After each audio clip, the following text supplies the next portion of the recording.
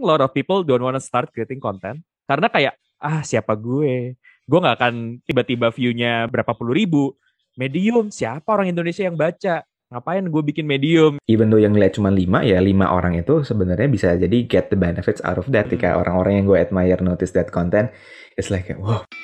Welcome to Follow Your Flow Podcast. Kita membantu lifelong learner untuk berproses menuju life model yang lebih optimal dan sustainable.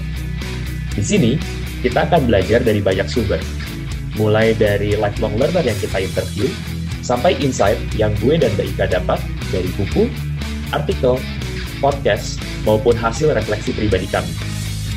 Di akhir setiap episode, lo akan mendapatkan science-backed pragmatic step yang bisa membantu lo untuk mentransformasi hidup lo. Hope you enjoy this episode. Halo teman-teman, welcome to Follow Your Flow Podcast. Gue mau memperkenalkan guest gue hari ini. Nah, guest gue hari ini tuh baru balik ke Indonesia. Dan udah lama banget gue pengen ngobrol-ngobrol sama dia.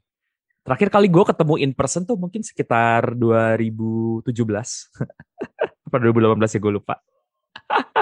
Hari ini kita akan ngobrol sama Andrew Prasetya. Dia saat ini adalah Head of Content Marketing di Revoyu, sebuah online education platform teaching driven individuals the skills needed to accelerate their career in tech. Jadi kalau ada orang-orang ambi nih yang pengen kerja di tech, silahkan check out Revoyu. Gitu. Dan sebelum di Revoyu ini, Andrew kerja di iPrice di Kuala Lumpur. Itu adalah sebuah situs pembanding harga produk antar marketplace. Dan waktu itu juga di bagian content marketing. Nah, hari ini kita akan ngobrol bareng Andrew tentang gimana sih ceritanya dia bisa pindah ke KL, pengalamannya di dunia content marketing, dan apa yang akhirnya bikin dia balik lagi ke Indo.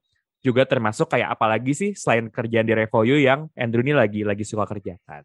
So Andrew, welcome to this episode dan gue interested banget to chat with you today. Thank you Vic, thank you very much. It's great apa yang gue nge-follow kalian punya podcast and all the content yang kalian post di social media. It's very interesting gitu, and excited to berbagi dan belajar juga lah di sini. Wah, seru. Nah, mungkin kita bisa mulai, Bro, dengan pertanyaan yang ringan-ringan dulu kali ya. Oke, siap. Jangan langsung berat, ntar gue gak bisa jawab apa nih. Nah, mungkin lo bisa ceritain dulu nih, gimana ceritanya lo dulu kan kalau nggak salah lo kuliah di Bakri gitu kan, terus lo kerja di Jakarta, Betul. Terus kayak at one point akhirnya lo pindah ke KL, kerja di iPrice. Gimana itu kejadiannya? Betul. Nah, kayak before kita take ini, Vic, tadi kan gue cerita tuh, zaman di Bakri, itu gue sempet juga ikutan English Debating Society-nya Bakri lah gitu. Dan akhirnya mulai terekspos dengan dunia-dunia perdebatan dan ngelihat Salsa, terus a lot of other great debaters di Indonesia, dan kayak gue bener-bener ngeliat kalian tuh kayak, wah gila nih keren-keren banget nih dari kampus-kampus gede gitu kan. Terus debatnya juga keren-keren. Gue kan dari kampung, dari Batam, terus ke Bakri, ya relatively kecil lah kalau dibandingin kalian di dunia perdebatan. Nah, kenapa gue cerita itu? Soalnya gimana gue bisa nyampe di Malaysia tuh ada sangkut pautnya sama Salsa sebenarnya. Jadi pada saat itu gue lupa tahun berapa sebenarnya. Gue masuk di iPrice 2016, kayaknya 2 tahun sebelum itulah. 2015 ya, 2015an mungkin ya, 2015an. Salsa itu tiba-tiba nge-kontak gue, Drew, by the way gue lagi mau interview nih di satu company di Malaysia, namanya iPrice. Tapi background gue kan gak ada marketingnya. Nah, lu kan ada ngerjain banyak project marketing tuh. Boleh gak kalau gue nanya-nanya sama lu? Nah, pada saat itu Salsa juga jadi coachnya Bakri. Jadi gue lagi hire dia untuk ngebantuin anak-anak gue coach debat gitu.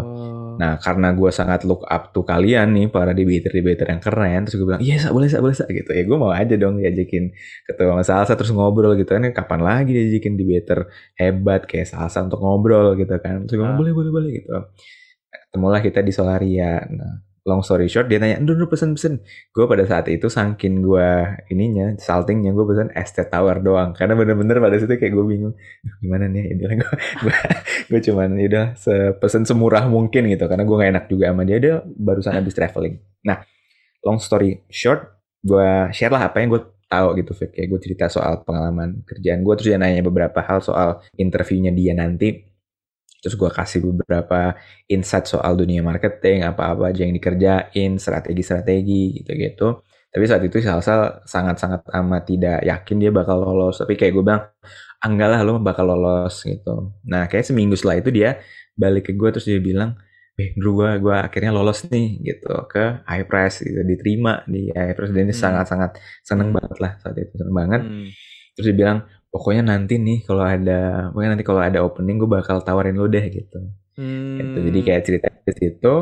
Nah dia awalnya kayaknya 6 months after that dia nawarin tapi untuk intern. Gue bilang kalau intern kayaknya susah deh karena gue di sini full time. Kalau ke Malaysia gue intern kayaknya agak risknya a bit too high untuk gue ambil untuk saat ini. Nah tapi kayaknya setelah 6 bulan lagi dia bilang, Drew ini kita ada nih opening untuk full time position gitu. Akhirnya gue go through the interview process, ngobrol pertama kali sama Mateo gitu, presentasi. Dan dari situlah akhirnya gue bisa dapat kerja di Malaysia. Nah, intinya kayak dari dulu waktu gue di Batam dan waktu gue kuliah gue selalu ngerasa kayak yang namanya ngebantuin orang nggak ada ruginya, tapi ya emang nggak bisa expect langsung dapat benefits juga pada saat itu, tapi ada aja kayak yang bisa lo dapetin ketika you invest something good to other people. Apakah gue bisa jadi anaknya gue nanti atau nyokapnya gue atau apa, tapi kayak I still believe that lu ngebantuin orang banyak inilah kayak kalau di Kristen tuh ada hukum tabur tuai, kayak lu nabur apa ya lu nuai apa gitu. Intinya kayak gitu Vicky. Gue dibantuin Salsa sebenarnya bisa masuk sampai ke Malaysia. Wah, oke. Oh ternyata that's the story ya. That's the story, correct. Tapi yang menurut gue yang paling menarik di situ nggak necessarily lo dibantuin Salsanya, tapi gimana lo bantuin Salsa in the beginning. Itu menurut gue adalah salah satu gold standard dari networking gitu kan.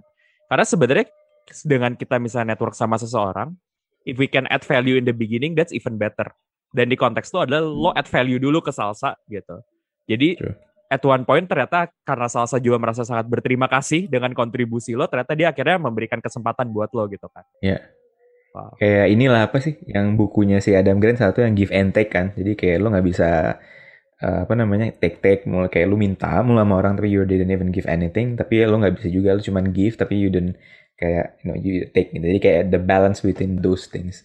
So itulah cerita kenapa gue akhirnya bisa lucky enough untuk merasakan kerja di Malaysia.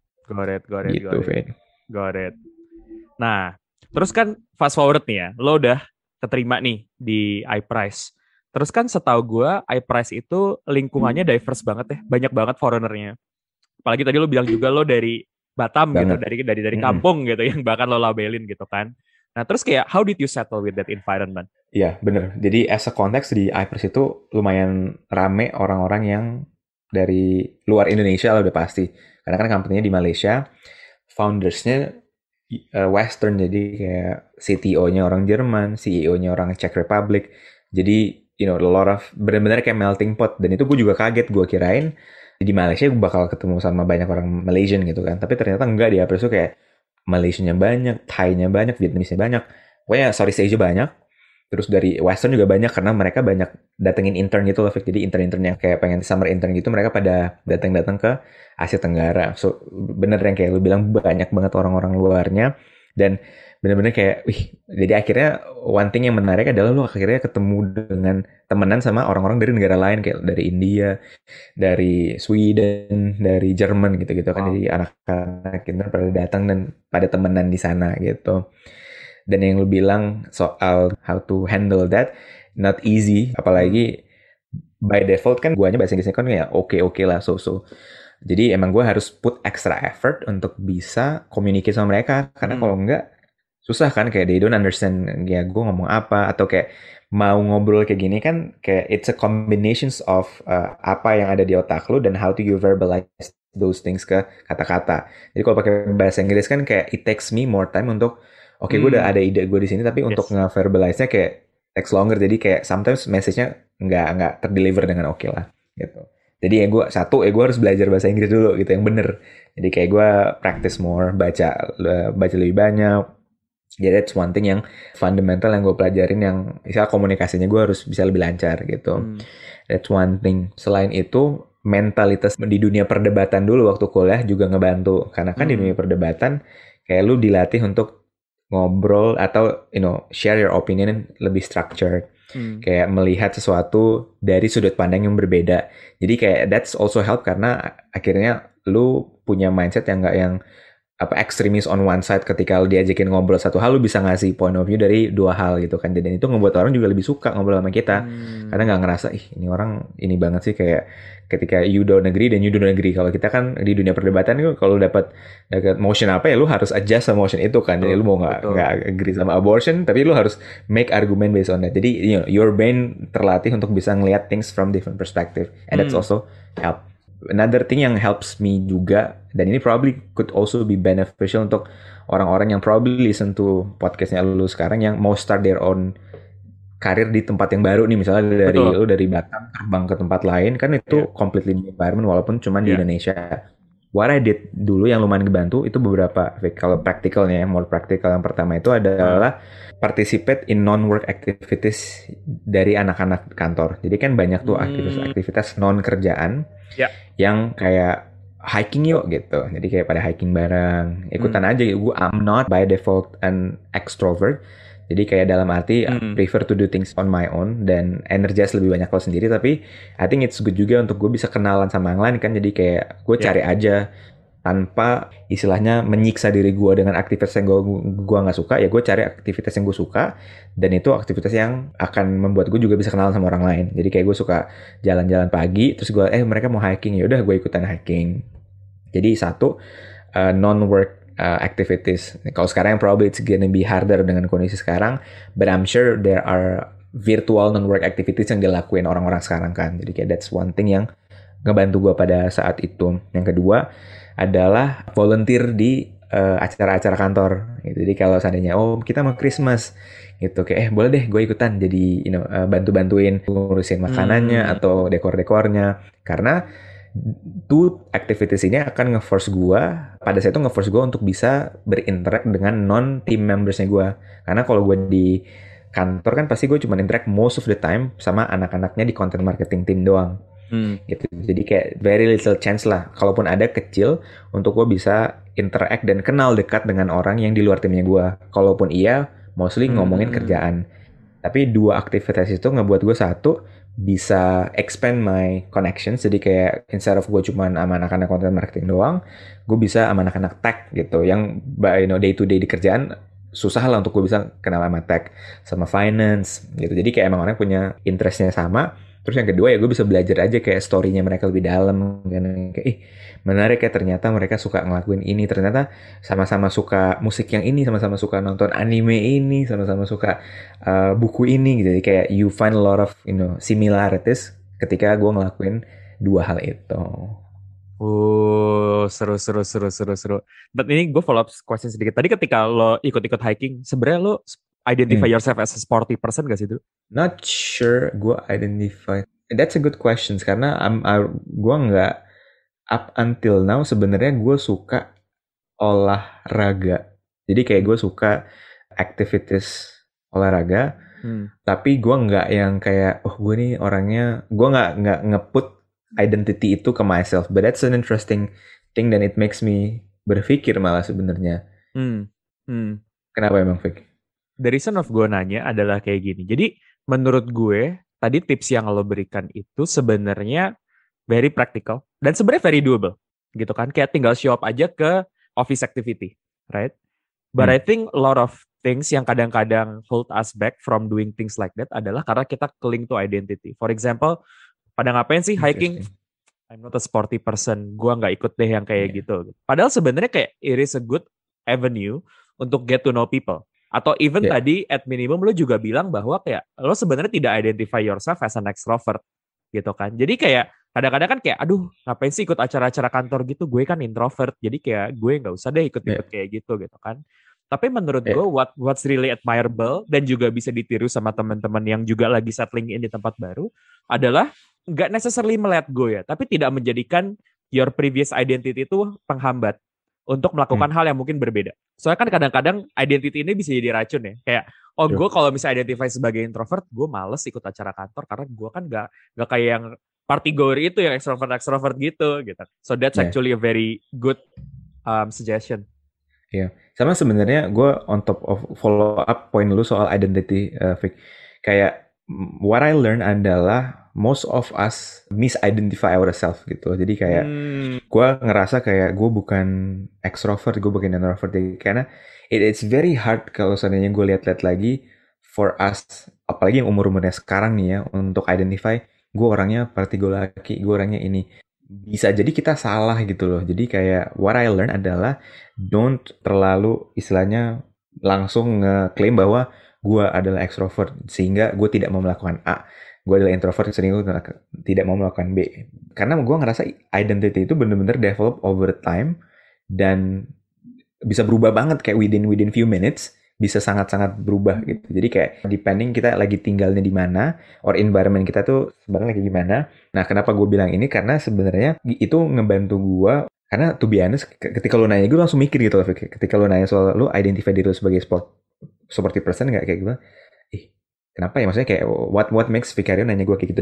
Dan I understand sekarang lo bilang soal sometimes identity kita nge-hold back kita untuk do certain things, which yang additional points yang mau gue kasih di tadi adalah untuk seorang aware bahwa most of the time we were wrong untuk tell ourselves bahwa identity gue adalah A, identity gue adalah B.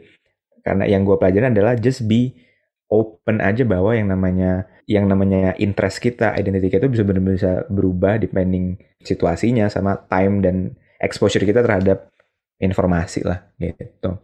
Dan untuk yang poin soal activities itu, Vic, yang ngebantu gue sehingga gue mau jump in itu adalah sebenarnya goalnya gue apa sih gitu. Karena understanding my goal itu bisa ngebantu gue untuk bisa nge-adjust activitiesnya. Karena misalnya nih, gue nggak go out a lot kayak tempat minum gitu-gitu kan. Sometimes iya, tapi kayak rata-rata kan orang ada yang caranya goalnya gue adalah gue pengen mingle, so I will go to tempat party gitu-gitu kan. Nah, in the case of gue ya gue cari cara yang lain yang lebih suit sama apa yang gue rasa nyaman pada saat itu.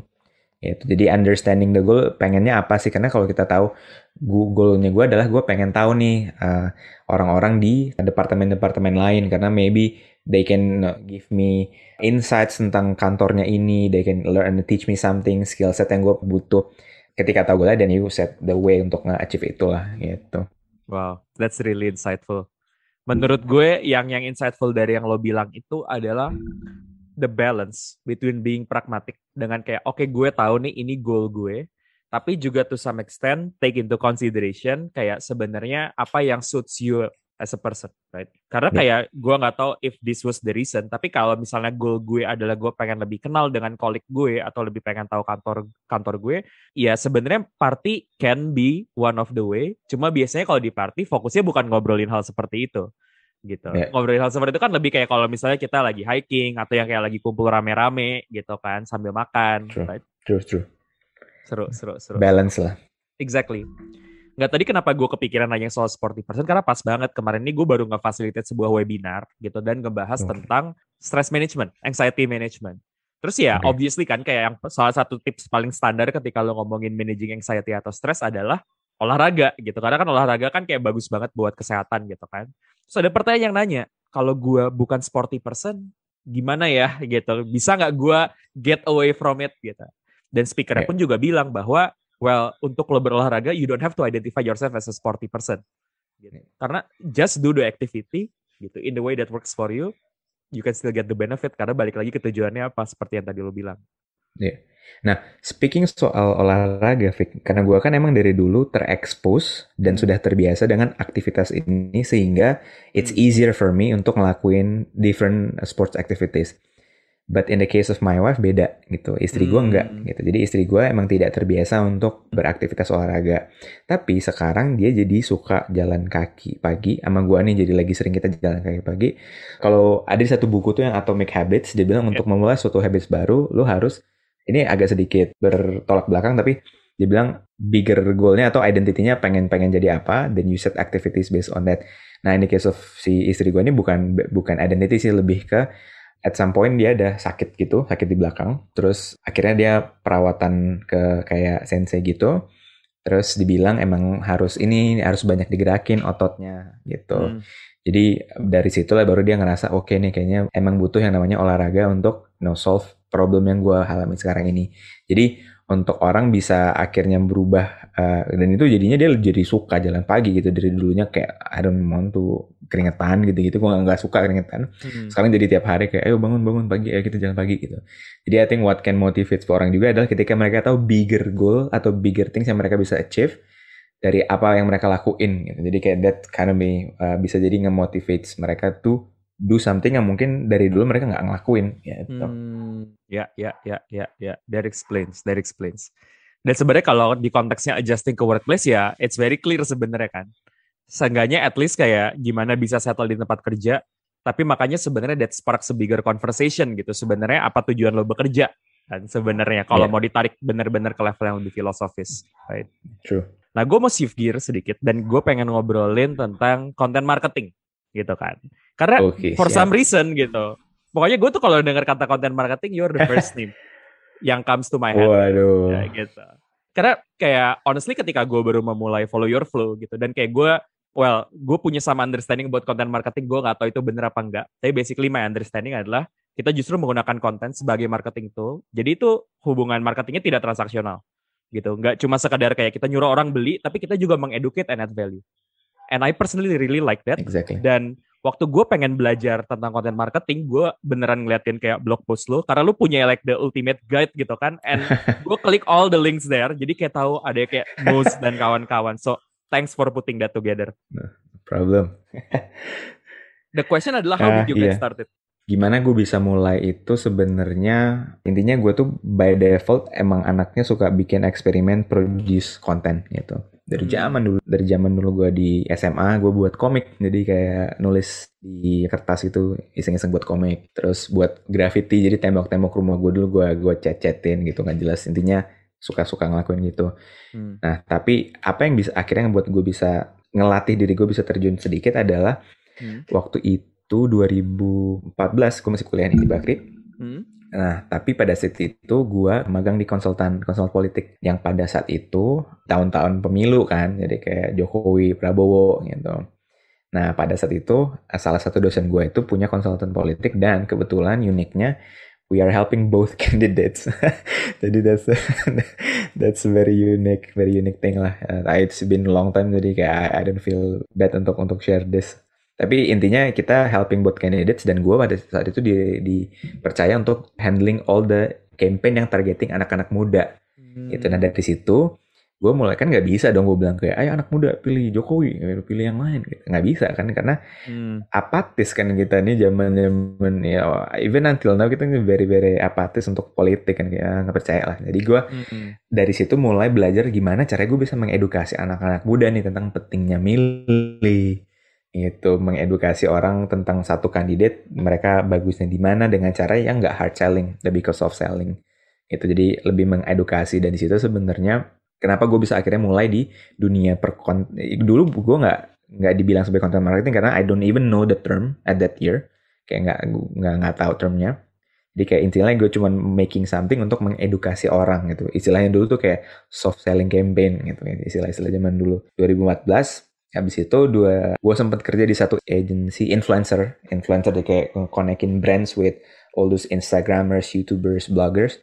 Nah di situ gue juga belajar, oke, ini cara brand untuk mereka minta influencer untuk mereka nge-review barangnya gitu. Jadi kayak at that moment masih early age of influencer marketing. Tapi gue udah mulai belajar, misalnya Sojoy pengen buat campaign tentang mereka punya paket Ramadan. Oh, they are asking influencers to explain each of the makanan yang mereka kasih ke box ke influencernya. Jadi dari situ gue mulai belajar juga, okay, so this is how brand wants to do their influencer marketing.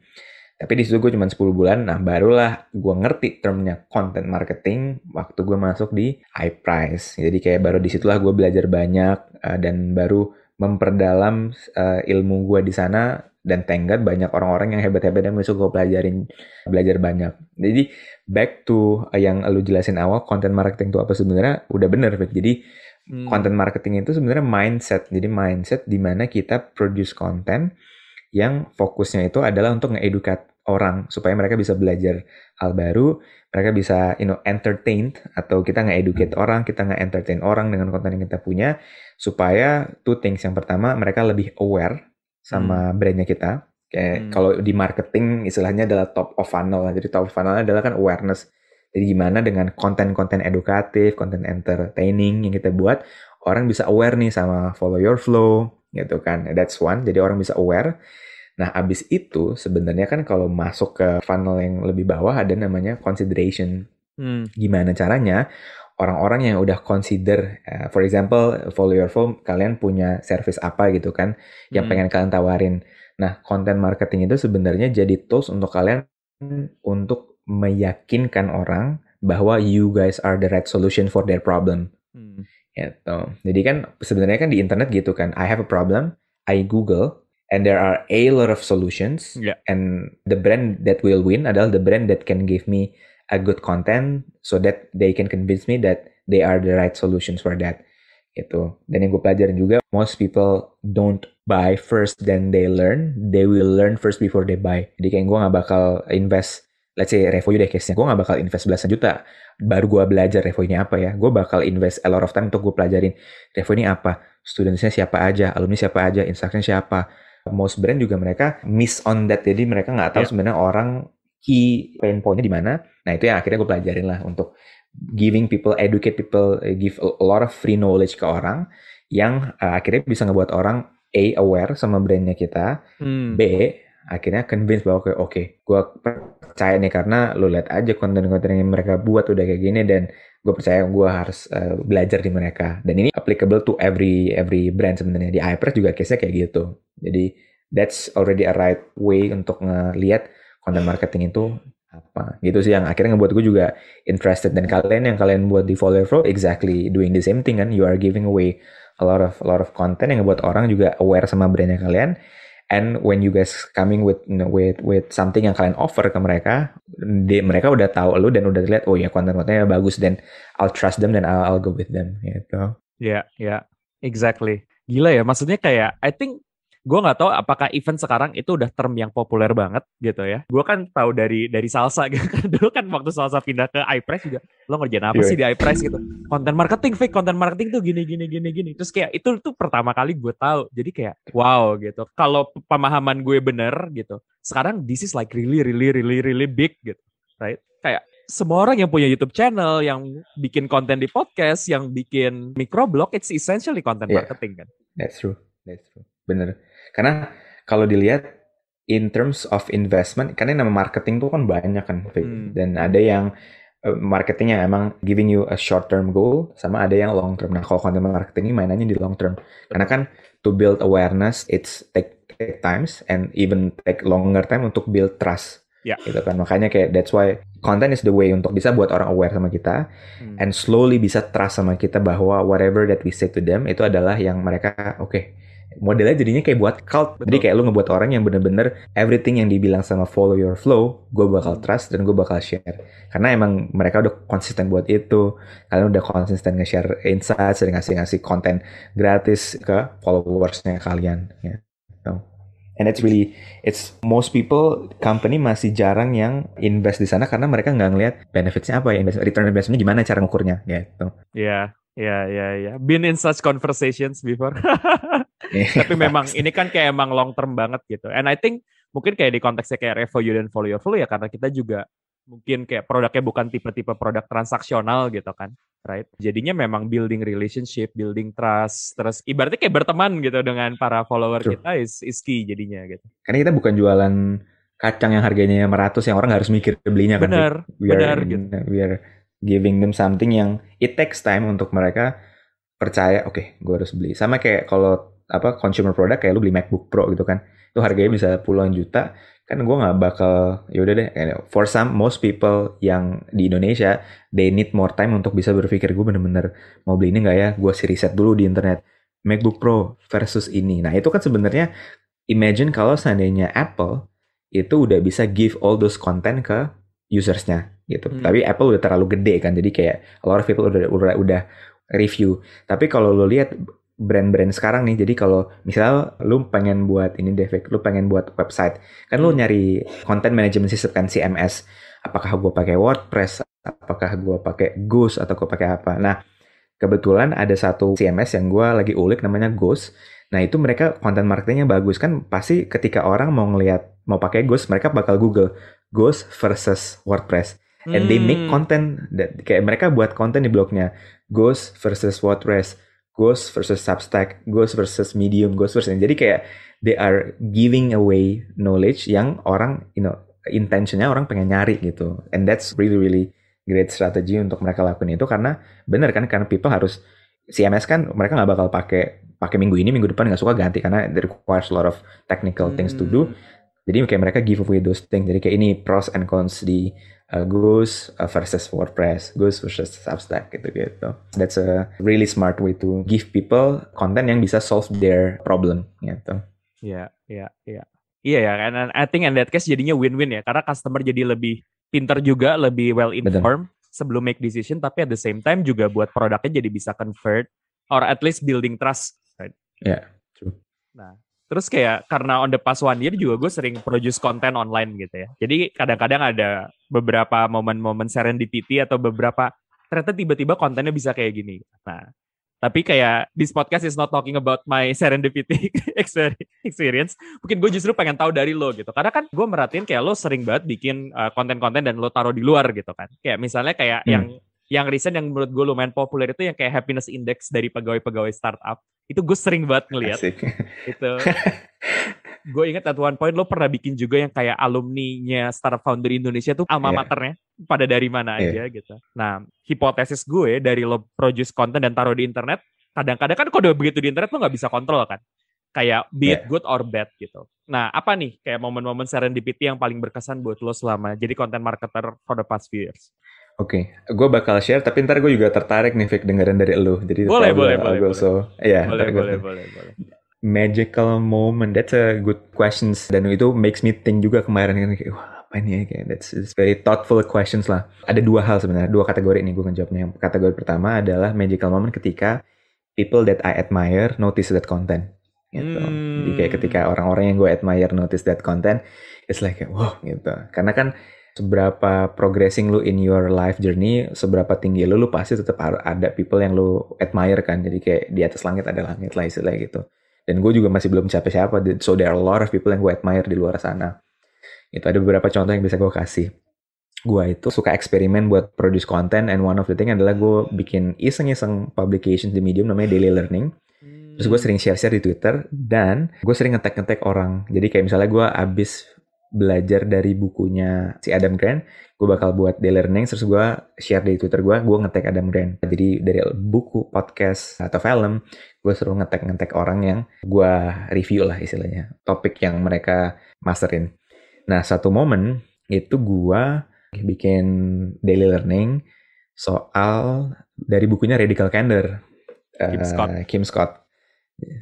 Kim Scott. Ya, dan dia notice itu, jadi kayak dia nge-retweet. Jadi kayak gue nge-tag dia, terus dia nge-retweet.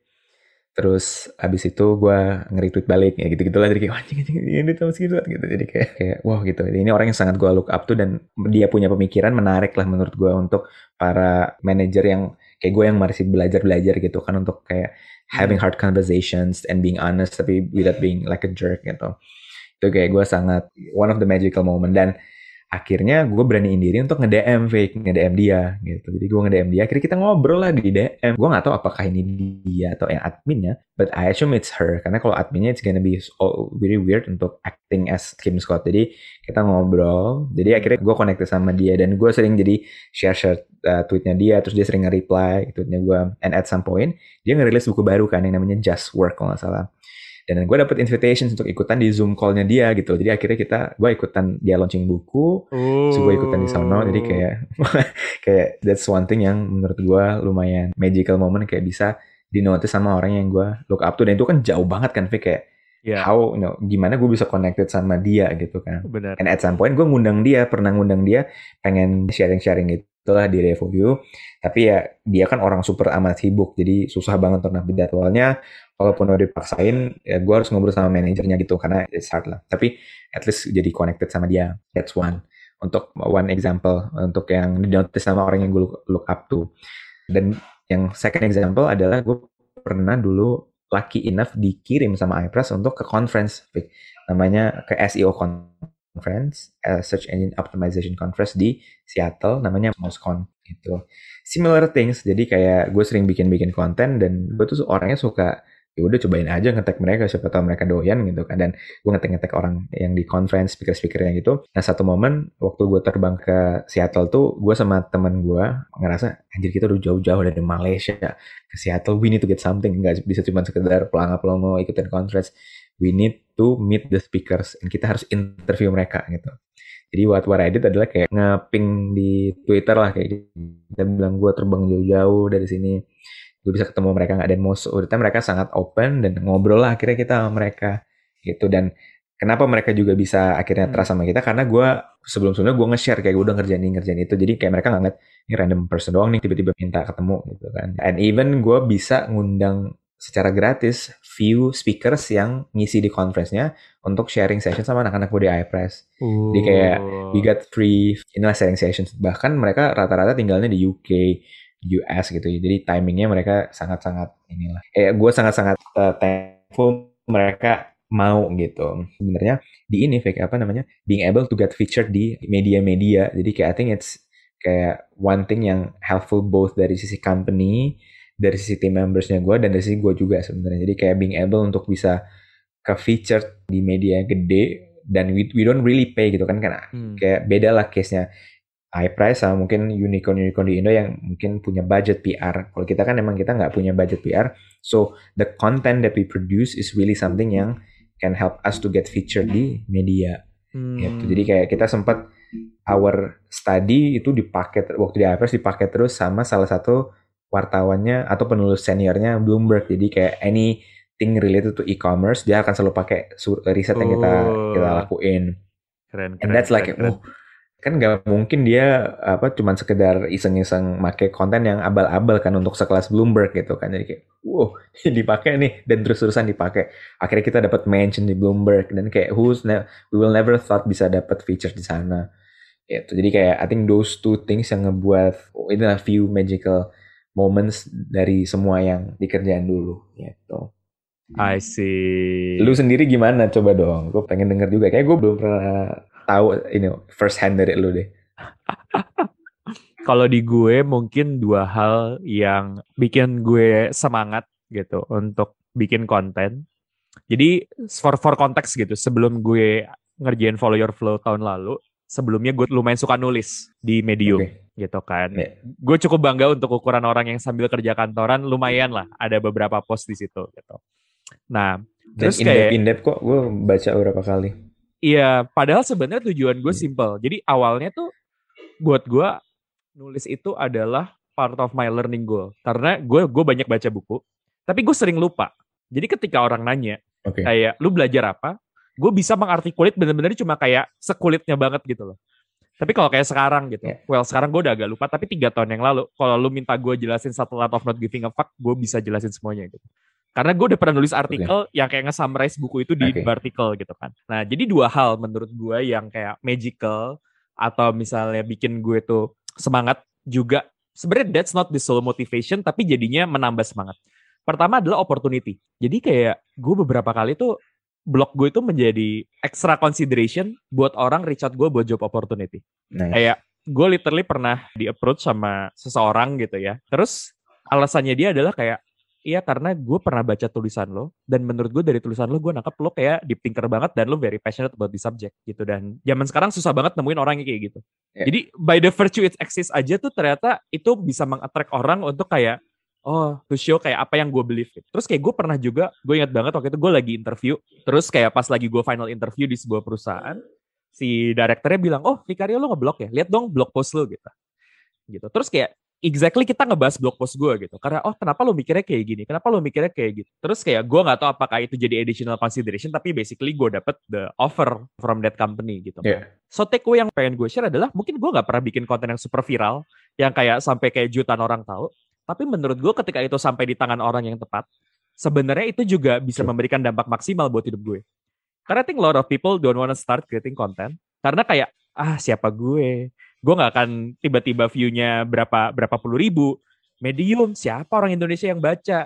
Ngapain gue bikin Medium kayak gitu kan misalnya. Tapi kayak to some extent itu tuh kayak memberikan opportunity. Belum lagi kayak Follow Your Flow gitu, kayak banyak partnership opportunity yang jadinya datang gara-gara mereka ngeliat konten kita yang sebenarnya Iya. kita tidak rencanakan gitu kan, kayak oh iya gue ngeliat konten kalian, gue suka banget, gue pengen dong undang kalian jadi speaker di sini gitu, right? Iya. So opportunity openingnya tuh kencang. Gue Gimana? kayak melenceng dikit dari pertanyaan utama, tapi ada satu poin yang menurut gue menarik nih. Boleh. Yang soal lu bilang, satu poin yang soal nulis, jadi kayak banyak ada orang yang reach out ke lu karena tulisan lu. Yang kedua adalah banyak orang yang males mulai karena a lot of reasons. Few things yang bisa gue share dari pengalaman pribadi gue. Yang pertama itu adalah gue agree banget sama soal the importance of putting your thoughts into writing, karena itu bisa, as long as the website is available, itu bakal tetap bisa di-consume orang. Even misalnya sampai gue meninggal, itu my thoughts itu bakal tetap orang bisa baca. Karena itu banyak banget orang-orang yang juga pengalamannya kayak gue punya similar things kayak lo, yang dia baca artikel gue di 2014 itu kayak 2014 kayak artikel di Tech Indonesia tahun 2016 gitu kan, bisa dibaca gitu. Jadi kayak it's really really true and really encourage people untuk put your point of views into an article and publish it somewhere, biar even though yang lihat cuma 5 orang itu sebenarnya bisa jadi get the benefits out of that gitu kan. That's one. Karena most people kan ngerasa udahlah gue jadi speaker aja di conference, karena yang gue pelajarin it's good lo jadi speaker di conference untuk lo share your thoughts, tapi kalau verbal biasanya udah lupa. Kalau seandainya udah kelar conference-nya seminggu 2 minggu udah lupa. Tapi kalau sifatnya tulisan itu bisa benar-benar, ini sifatnya bisa inilah long lasting. Jadi itu poin yang pertama. Yang kedua yang soal mulai nulis, nah itu that's also one of the reasons gue mulai yang namanya daily learning. Karena orang biasanya nggak mau mulai nulis itu few things. Yeah. Orang nggak mau mulai nulis itu karena satu, tulisan gue masih belum bagus nih gitu. That's one. Jadi gue harus bikin yang in-depth, harus diedit dari very detail reference gitu-gitu. Dan it takes them weeks, months, years, akhirnya nggak publish. That's one. Yang kedua adalah gue ntar nggak ada yang baca gitu. Dan itu yang gue try to debunk dari daily learning. Jadi kayak satu, I don't care kalau ada yang baca orang enggak, bodo amat. Jadi kayak gue cuma nulis aja, gue rilis, that's one.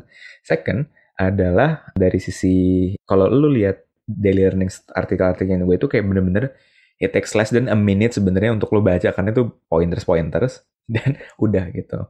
Dan orang bilang kayak, lu kenapa nulisnya kayak gitu sih? Gue bilang, ya nggak apa-apa, buat gue nge-record aja apa yang gue pelajarin di hari itu. Karena ini gue lagi ngobrol sama Vicario sekarang, pasti ada banyak hal yang gue pelajarin kan. Kalau seandainya gue just let it go, ya udah tuh hilang aja gitu. Karena otak kita kan pasti punya kapasitas yang terbatas untuk nge-recall everything. Tapi kalau gue tulis, gue lupa hari ini, gue besok gue baca lagi, oh iya nih, gue inget gitu. Jadi those two things, kalau seandainya itu sebenarnya yang hal yang bisa gue share untuk orang-orang ini yang lagi denger dan pengen banget untuk mulai. Sebenarnya satu, mulai aja dulu gitu. Jadi kayak mulai nulis jelek, dan yang pertama set the mindset bahwa udah pasti jelek. Ya, jadi kayak lu nggak kayak be too hard to yourself, kayak ntar jelek nih, ya udah pasti jelek gitu. Jadi kayak nggak usah takut gitu. Dan tapi the more you do it, the more you find the pattern nih. Oke, title-nya bagusan gini nih, oh di bawahnya bagusan gini nih, title body-nya bagusan nih. Jadi kayak the more you do it, the more you know lu flows-nya di mana, dan you improve based on that. Yang kedua, jadi istilahnya mulai. Yang kedua adalah nggak usah khawatir kalau nggak ada orang yang baca. Kalau gue nih misalnya di Medium gak ada yang baca, ya gue share aja ke teman-teman gue kan, kayak ke inner circle-nya gue, gue barusan nulis ini nih, kayak let me know lu ada input lagi nggak dari situ gitu. And that akhirnya ngebuat gue yang makanya ngebuat si daily learning. Dan gue nge-encourage orang-orang juga di sekitar gue. Jadi itu publications ada kontributornya juga, Fik, jadinya. Jadi kayak ada orang-orang yang bisa nge-contribute di sana. Dan gue encourage mereka, jadi kayak sependek apapun tulisan lo, it's still your thought gitu loh. Dan itu it's great kalau seandainya lu bisa share itu ke orang lain. Karena kalau ngomong, most probably gak banyak orang yang pengen tahu thought lu kayak gimana. Tapi kalau nulis kan bisa jadi ketika mereka lagi nih, menarik nih ya pemikirannya gitu. Kayak lu bilang kan, makanya banyak waktu lu interview juga orangnya jadi penasaran nih, kenapa lu punya pemikiran seperti ini gitu. Gitu sih. Totally agree with everything you say. Wah, sangat-sangat relatable. Dan pasti orang-orang yang baru memulai juga punya problem yang sama. Exactly. Dan menurut gue kayak, I think actually ya, ketika misalnya kita memulai dengan jelek ya, I think the best part of itu adalah ketika kayak sekarang nih, gue ngeliat post gue tahun 2016 gitu. Terus kayak gue bisa mentertawakan, kok jelek banget ya tulisan gue. actually it means a good thing. It means Ya, kita tuh udah grow gitu. Berarti kita udah bisa produce sesuatu yang lebih bagus dari itu. Karena kadang-kadang true. kita nggak bisa measure grow kita untuk hal-hal yang abstrak kayak gitu. Kayak Ya, ibaratnya kayak gini. Kualitas pemikiran gue membaik. How do we know? Karena maybe nggak bisa let's say di-quantify ini. exactly kan. Tapi kayak kalau misalnya kita tulis misalnya kayak oke, di tahun 2016 pendapat gue tentang kerja itu harus cari passion tuh seperti ini. Di tahun 2021 kayak gini. Dan ketika lu bisa Berubah compare ini. side by side, lu bisa lihat banget kayak evolusi dari perubahannya tuh kayak gimana. Yeah. I think writing is a very very very powerful tool buat self awareness. At least buat diri lo sendiri ya. Kalau misalnya ada yang mau menggunakan buat fame, that's fine. Tapi balik lagi kan, kayak creating content is not only about being famous, tapi banyak goal lain. Karena kayak misalnya di contoh gue adalah buat learning, di lo juga buat learning gitu kan. It's not really about being famous. True. Dan on top of that, soal writing, jadi ada satu videonya si Tim Ferriss yang dia ngobrolin soal specialist generalis kalau nggak salah. Jadi intinya adalah untuk menjadi seorang Kobe Bryant susah kan, kayak lu harus latihannya susah, and you have the physical, ini dia punya physical gift lah ya, emang dia akhirnya ngebantu dia untuk bisa jadi sehebat itu sebagai pebasket. Tapi assuming gue pebasket yang oke lah, nggak jelek tapi oke, terus gue bisa nulis, itu multiply gue punya kualitas gitu, karena gue bisa main basket tapi at the same time gue bisa translate whatever skills yang gue punya lewat tulisannya gue. Nah itu yang selalu gue kasih dan selalu gue encourage anak-anak gue nih untuk kayak tulis gitu.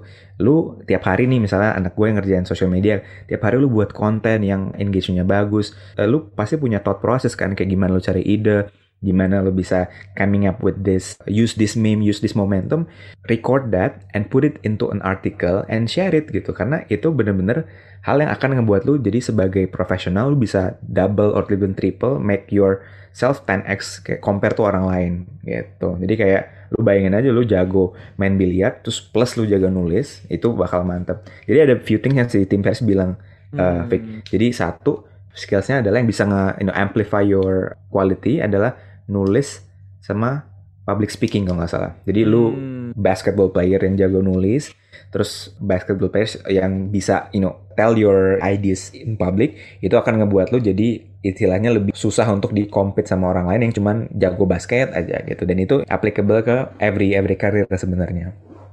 Exactly. Karena itu kan yang akhirnya kayak benar-benar lo punya intersection of unique skills yang kayak nggak banyak orang punya gitu.